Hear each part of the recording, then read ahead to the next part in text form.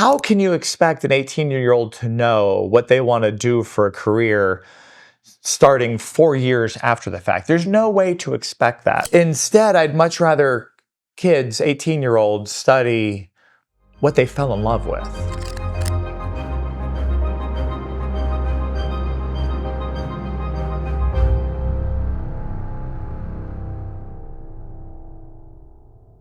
Today I'm talking with Mike Ortner, who has been in the tech industry for a number of years, founder of Capterra, which you sold, and then used the proceeds from that to start a charitable foundation. And I know, Mike, you're involved in a lot of philanthropic causes, especially in education. So it's really great to have you on our show today. It's great to be here, John. Thanks for having me. Well, I wanted to start by asking you a couple of questions. I know you're not on a book tour, but I've been reading your book, the Catholic School Playbook, which is, really a great resource for Catholic schools that are trying to become more authentically Catholic and offer an authentic education.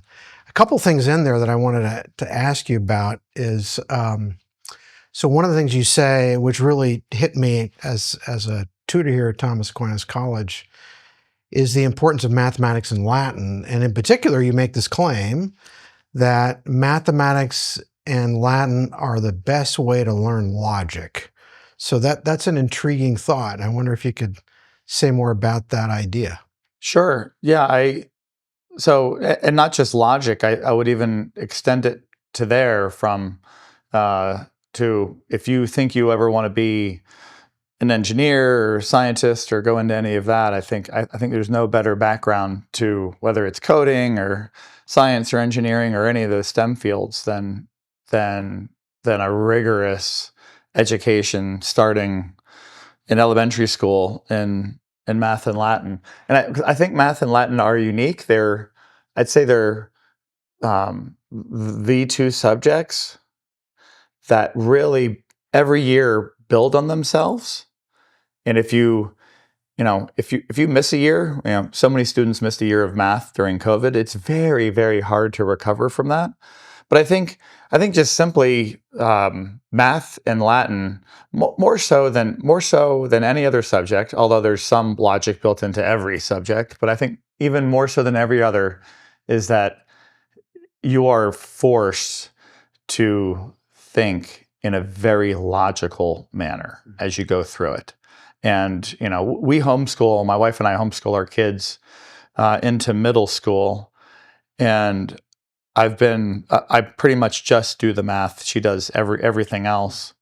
And I've always felt that when I'm teaching the math, and I really like to think of it more as guiding them through math, I'm witnessing them getting smarter, getting more logical. Yeah. Same thing when I watch my wife do Latin with them. Latin is such a rigorous language that as you go through it and learn it, like much more so than English or really most languages, that you can't help but develop a certain rigor of mind, a certain discipline of mind as you go through it.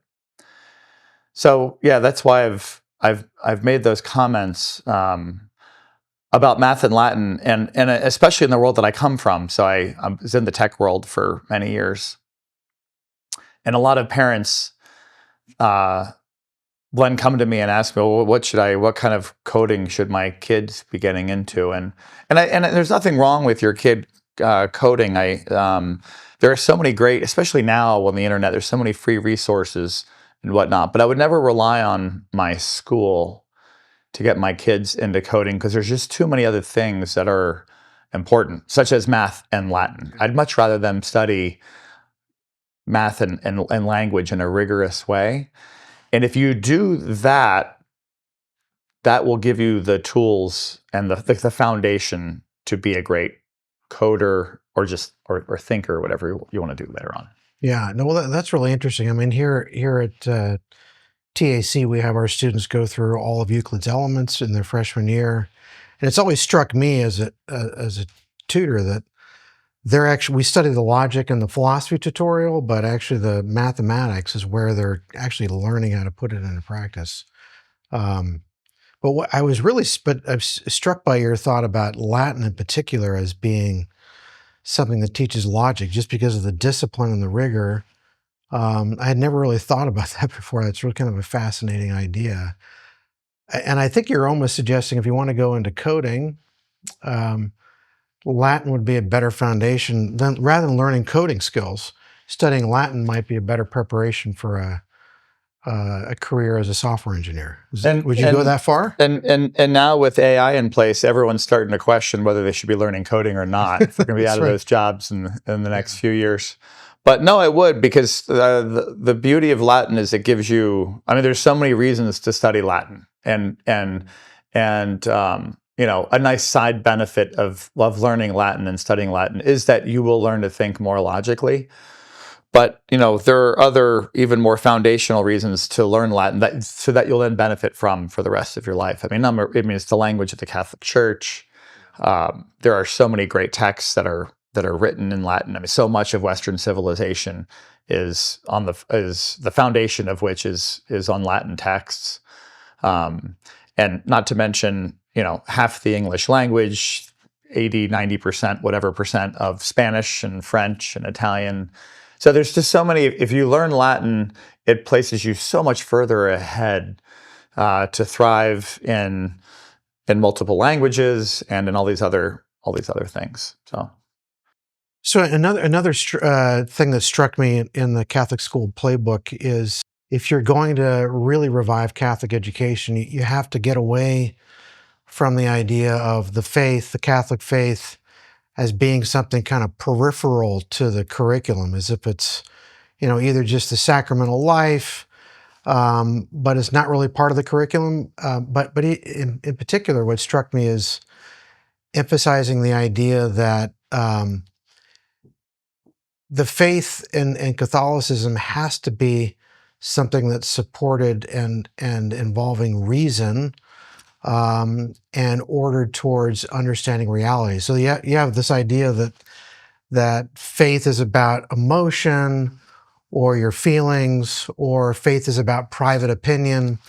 But at the point you were making, I think, is that you have to understand faith is about a reality, and it's not about emotion. It's about something that you can see with your mind. It's graspable by the intellect. So I wonder if you care to comment more on that thought. I think when so look, we wrote and published Catholic School Playbook with Word on Fire, largely because of what's happened in the world of Catholic education over the last 60 years. There were 5.7 million students in 1965 in Catholic schools. We're down to 1.6, 1.7 million. So it's an over 70% drop. Half of Catholic schools that existed 50, 60 years ago have closed. So we seem to be in this, it seems to be a bad market, right? If you just look at the numbers for the last 60 years, it seems to be a dying market. But when you look under the hood, there has been a beautiful movement happening. And I would say it's been happening in earnest for certainly the last 10 years. St. Jerome Academy flipped to a much more authentically Catholic, classical, liberal approach back in 2010. And a lot of people would mark them as sort of the beginning of that. But there were even things leading up to them. From the homeschool movement, Mother of Divine Grace, founded by Laura Berquist, whose husband was one of the founders here at Thomas Aquinas College. It's amazing how Thomas Aquinas College is at the epicenter of much of the renewal, and a lot of people don't even know about the roots here at TAC in that renewal.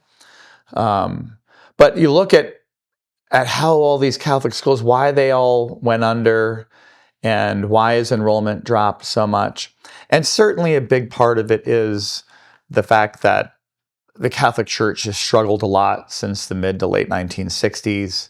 And we've got much fewer priests. We've got obviously much fewer sisters to teach classes. And when you've got a fraction of the number of sisters that we once had, then we've got to hire lay people to teach in our Catholic schools. So if you're going to hire lay people and pay them a good wage, you need to increase tuition. So you have there's certainly call that more of a financial component to it. And that's certainly there. And there's obviously lots of things that have caused all these challenges within the Catholic Church.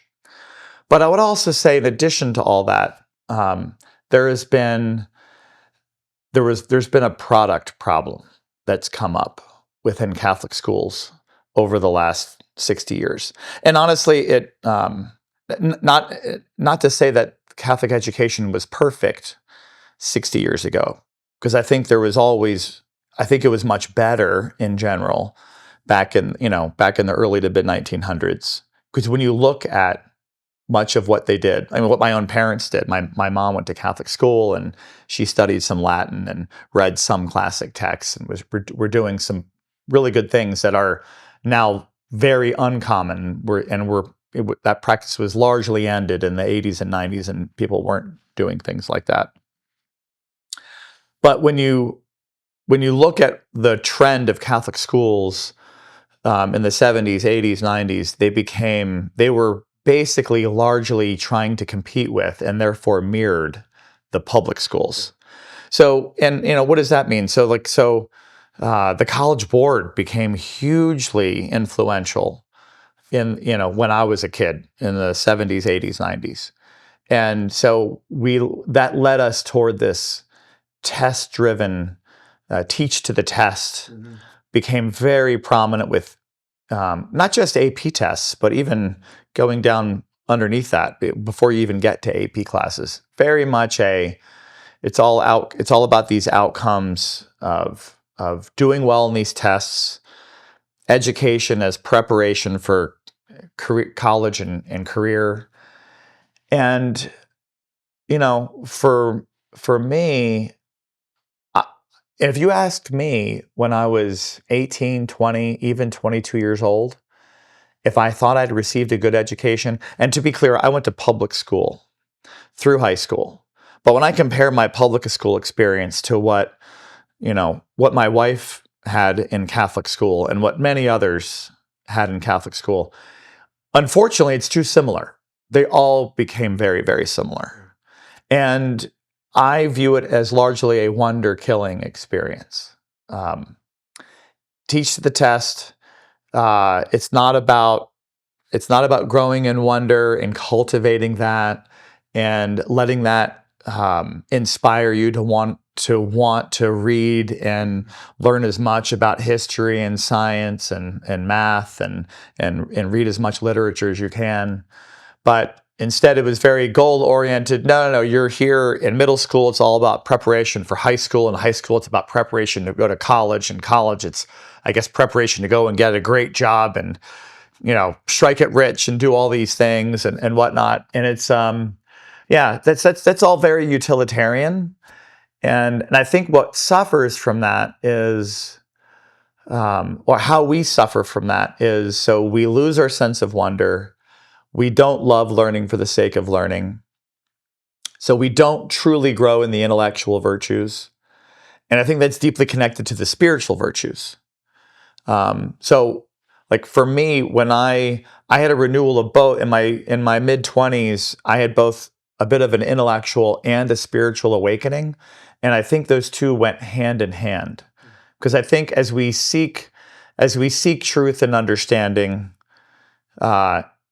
so long as we do it in a humble way, it also that can lead us to God. And as we then try to grow in our spiritual virtues, this growth in virtue, spiritual and intellectual, I think they both kind of feed off of each other and support each other. And so when you get back to the importance of faith in these Catholic schools and having Christ be at the center of everything that we're doing, not just tacking on a religion class, but seeing the importance and the meaning of God in our lives and building toward that. Bishop Barron says it so well that the highest priority of our Catholic schools should be to evangelize us. But in that evangelization, I think that can scare a lot of parents, especially I'm a Gen Xer. So a lot of parents who are from my generation, most of us lost our faith along the way. And I was pretty close to doing that as well. Only by the grace of God and meeting some of the right people and making some of the right friends and reading some of the right books in my 20s, I would have been following down the same path that, unfortunately, most of us Americans, particularly in my generation, went down. But when I see this renewal of Catholic schools that's happening, and I mean there's at this point there are 200, 300, maybe even 400. It's a growing movement, and you get to witness what the kids in those schools are learning.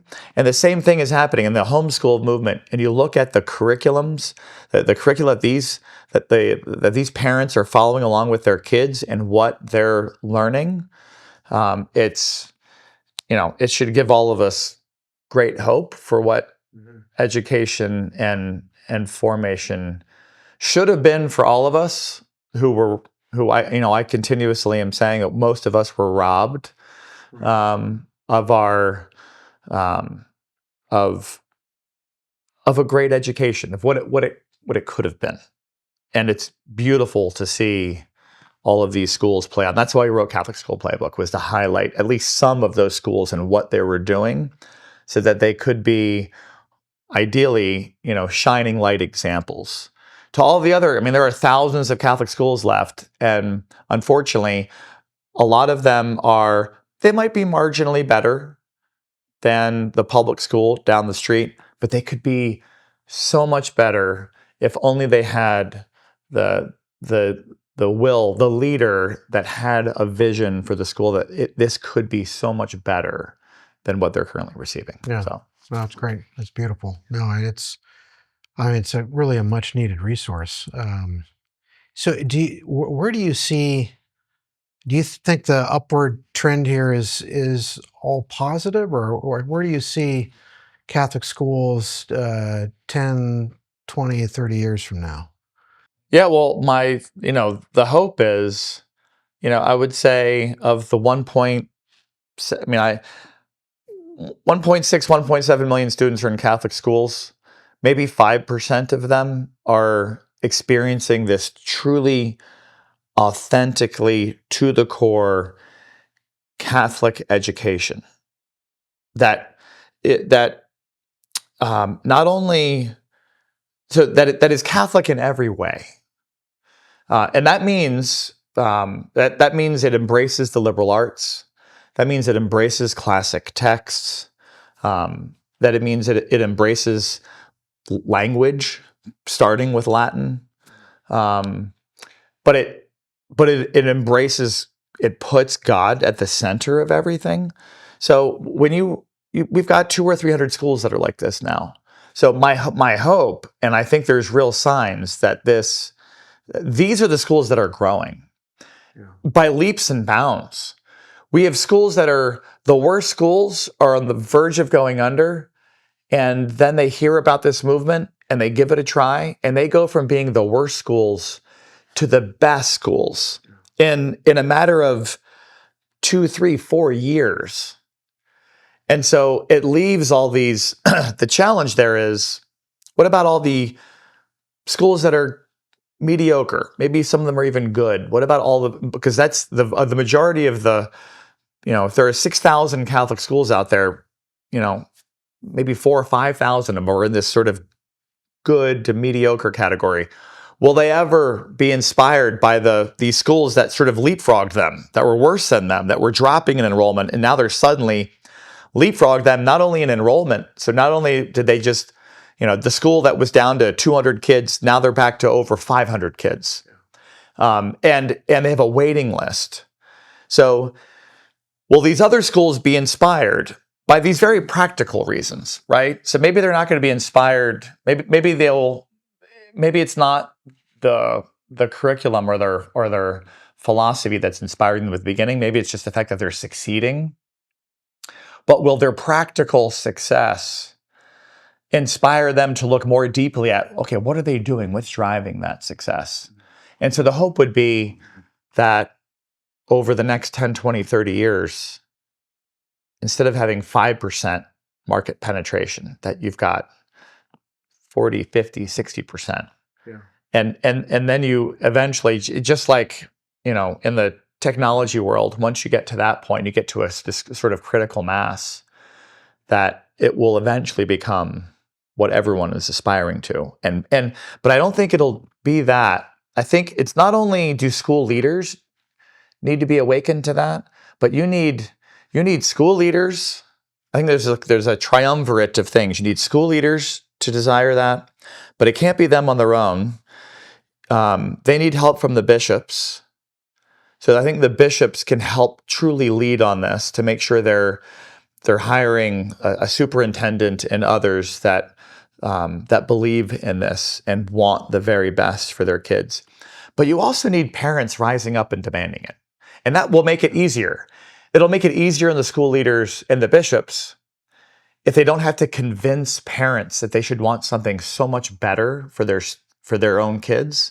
So I think we need to do a better job of convincing parents that that there is a better path that helps to form and cultivate wonder in their children, so that their children are there at school because they want to learn, they want to read more good books, they want to read more great books, they want to have better discussions, that they're actually, maybe they're not loving math, but they see more beauty in math, and they're intrigued more by it, and they're not just going through the motions and learning equations, but seeking real understanding in all of this. I believe that our parents and our teachers in our schools, the better job that they do with their students, some of the best evidence of it is that their students fall in love with each of these subjects. We are meant to fall in love with literature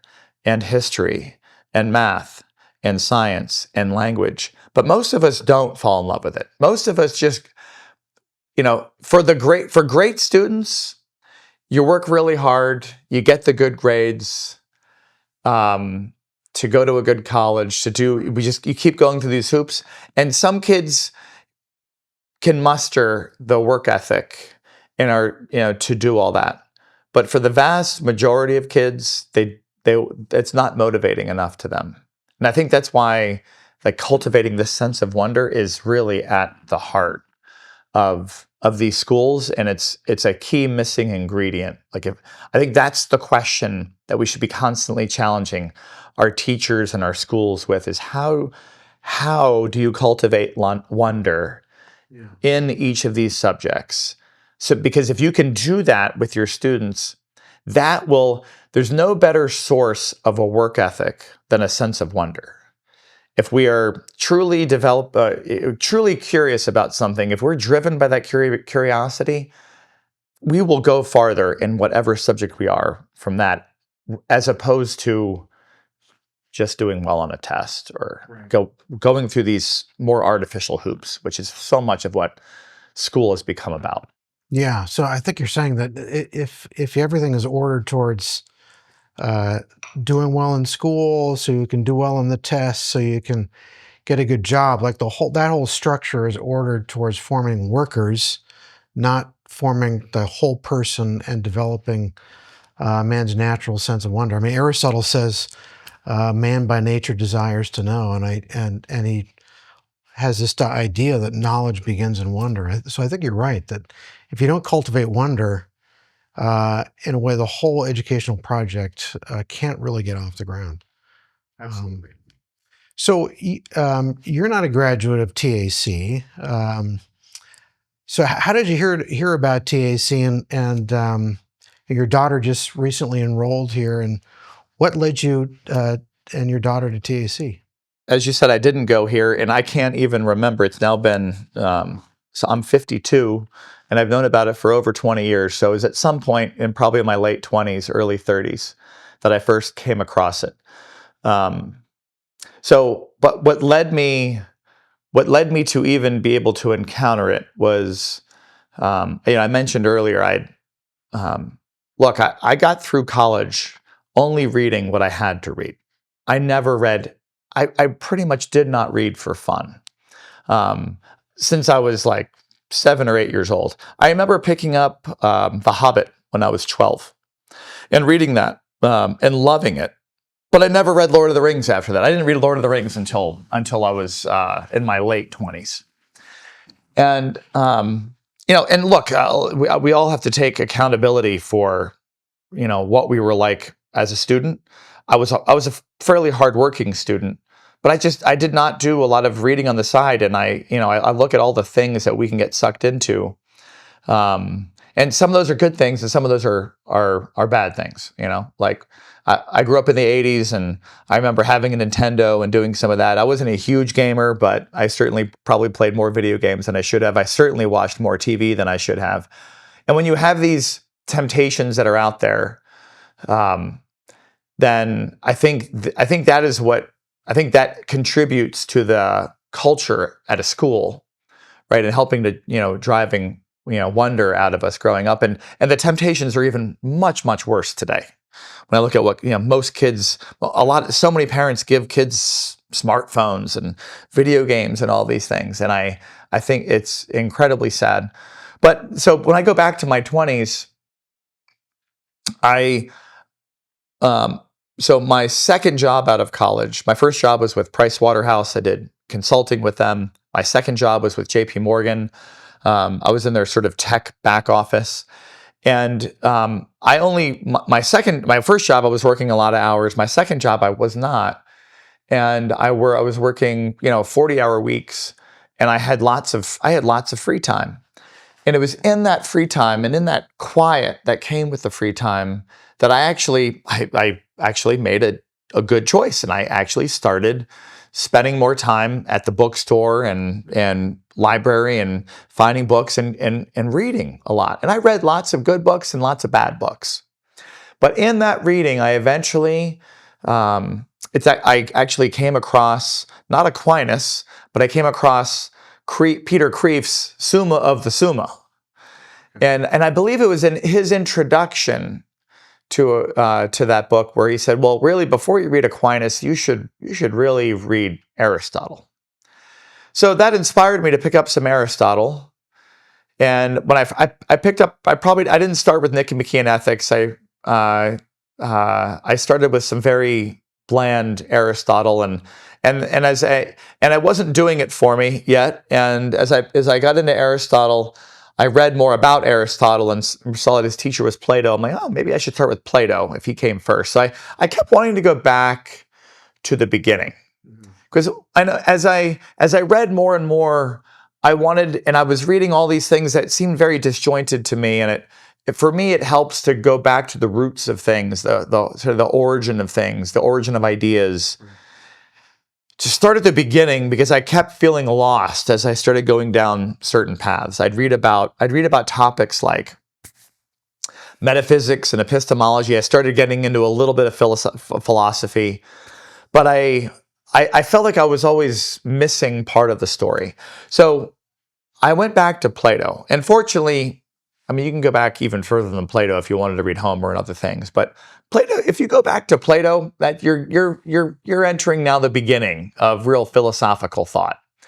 And fortunately, I started with the right book. I read Plato's Apology. And, fortunately, Plato was an incredible writer. I believe he was a playwright before he became a philosopher.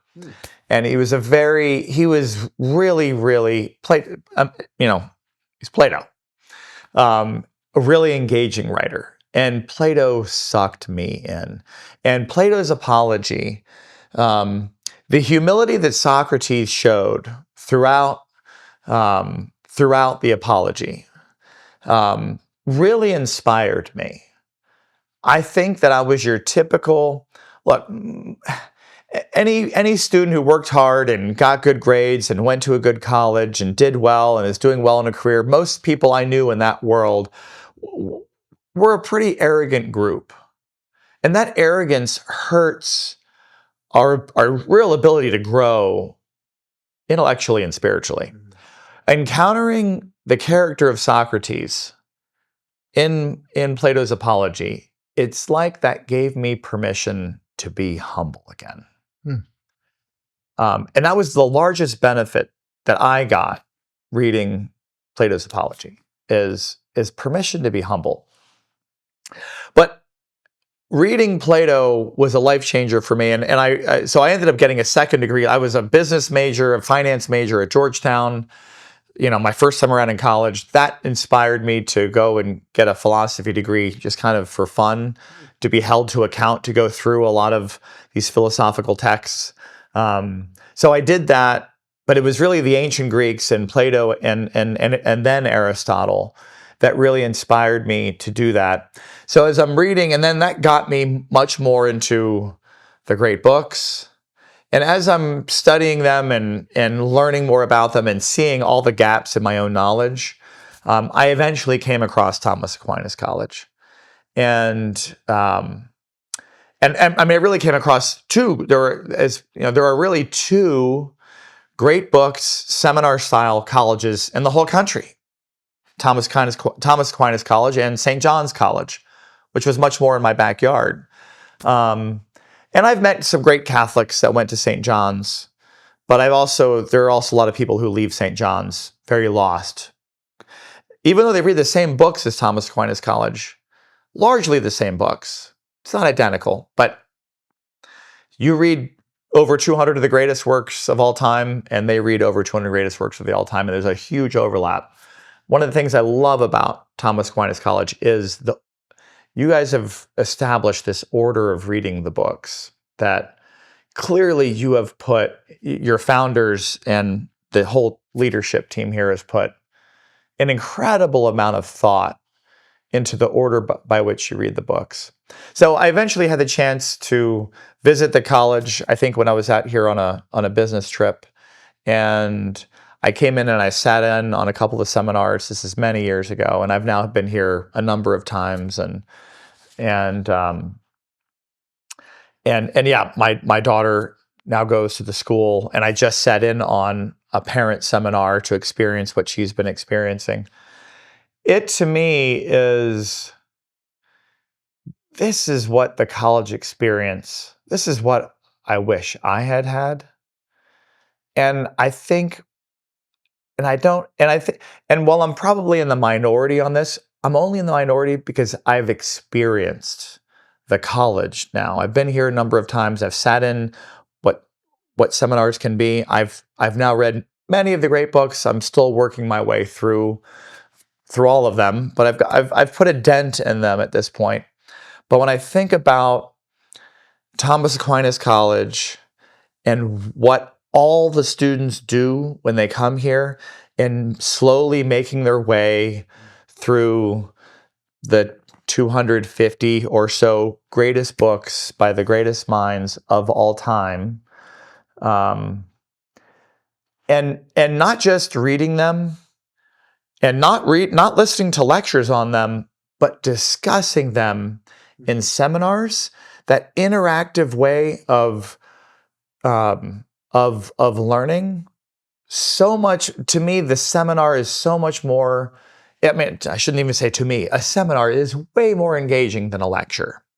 Not to mention the fact that any of us, now with the internet, we can go and listen to any lecture on any topic at any time for free or for a very low price on the internet. So that, to me, it devalues the lecture, which is what most of us receive in college at this point. Almost every college that's out there, what every student experiences is the lecture format. So for Thomas Aquinas College to require all of its students to read all of these texts, to read them in the order in which they're reading them, and to discuss each and every one in a seminar setting, led by a tutor with, 16 other classmates, this is what college was meant to be. And it's what college probably was for many people for many decades or even centuries to some degree or another, up until the 1800s. And most of us don't get this. I mean, the vast majority of us who went to college never experienced anything like this. We all went to college, and most of us have forgotten most of what we studied in college, and um, and it was so.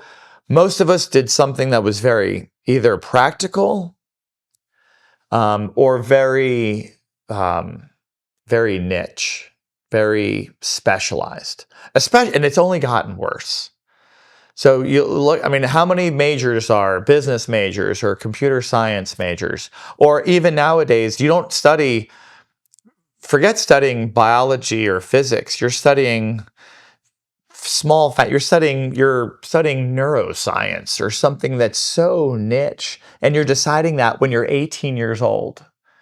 And you think that you're interested in that, and that's what you want to do for the rest of your life, when we all know that most 18-year-olds can't discern what they want to do for the rest of their life, but they're choosing these highly specialized majors on what they think they want to do instead of just doing something very, very broad. So even if you don't go to Thomas Aquinas College and you're not studying the great books, most kids are going really narrow, and they're not studying philosophy or theology or history or literature or physics. They're going highly specialized. So when I see what all kids experience here, say how could we know? This is what all of us deserved. This is what all of us could have had.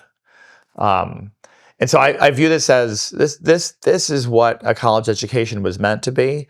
So. We don't force any of I have 6 kids. I won't make, we're not going to require our kids to go here, but they will all know about it. You guys have this 2-week program for rising seniors. I will encourage all of my kids to attend it, to get a taste of what it's like. And I'm thrilled that my daughter is going here and benefiting from it.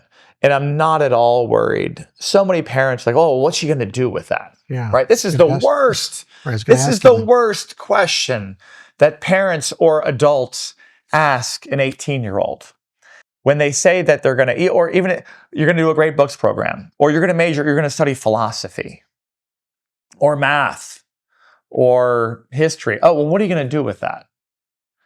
And that's an unfair question to ask an 18-year-old. Because what do 18-year-olds know? I didn't know anything at 18. What did I know that I wanted to do? The only thing I knew at 18 was the jobs that I understood. Well, I'm interacting with teachers every day, so I have a taste of what it's like to be a teacher. And I might know some other jobs. But how can you expect an 18-year-old to know what they want to do for a career starting 4 years after the fact? There's no way to expect that. So instead, I'd much rather kids, 18-year-olds, study what they fell in love with. Back to my prior point is we should be falling in love with our different subjects we're taking in high school. Go off to college and study something broad. So history and literature and philosophy and theology and physics, these are broad subjects that if we fell in love with it, and then we can figure out while we're in college, aside from our studies, we should then be giving ourselves experiences to figure out, what do I want to do after this? But relying on your college studies to give you the answer to that is, I think, a ridiculous assumption. We should be seeking outside experiences, books we're reading, people we're meeting, internships we're having, jobs we have, all of these sorts of things to help us figure out what we want to do when we're 22 and beyond. But college is an opportunity for 4 years to just immerse ourselves in our studies. So why not go broad? Why not try to acquire the greatest possible understanding of all the greatest ideas that have ever been thought across the fields of math and science and philosophy and theology? Why not study all of them? Why not read the greatest literature ever written? And not just read it on our own. Because when I read these books on my own, sometimes I'm able to find seminar partners to do them with. When you read it on your own, that's great. And I'm doing that now. And we should all read, all of these texts are meant to be written multiple times throughout our lives. But wouldn't it be great if we got an opportunity to read all of them as a team sport with other seminar participants being led by a tutor. Because when I know in the seminars that I've sat in, and I've sat in seminars for everything from Plato's Apology to short stories by Flannery O'Connor to Aristotle, other books. When I sit in a seminar, I learn so much more from everyone else's commentary, the questions that are asked, what everyone else is saying, than I did the first time that I read the book.